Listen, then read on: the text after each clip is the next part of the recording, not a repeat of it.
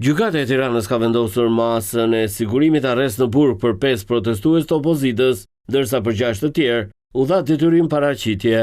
Ata dyshohen për disa vepra penale si kundërshtimi punojësve të rendit, prishje e qetësisë publike, prodhimi i armëve shpërthyese dhe goditje e punojësve të policisë. Në foltoren përpara kryeministrisë kreu demokrat Berisha i ka cilësuar protestuesit e arrestuar si herojtë e kryengritjes paqësore të 17 prillit, të cilët sipas tij u lanë në burg pa prova.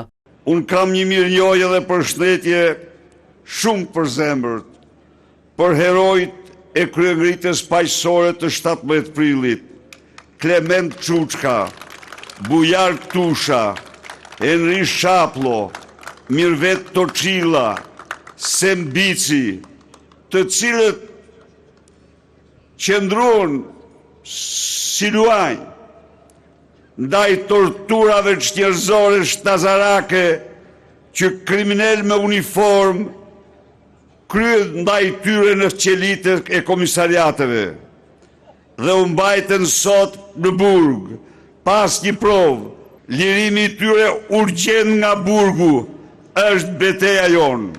Berisha ka akuzuar kryeministrin, ministrin e brendshëm dhe drejtorin e përgjithshëm të policisë që sipas tij kanë urdhëruar sulmin ndaj qytetarëve të pafajshëm. Lideri i opozitës paralajmëroi kundërpërgjigje të fortë ndaj këtyre akteve.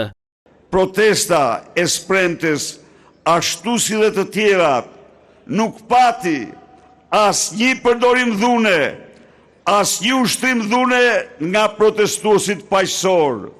Në momentin që unë përfundova fjalimin, narkokriminal, policë me uniformë janë lëshuar si kafsh, si shtaz kundër protestuesve, jo sikur të ishin shqiptar apo njerëz në fund të fundit, po sikur të ishin hasmi më i rrezikshëm i këtij vendi. Ne nuk dorëzohemi.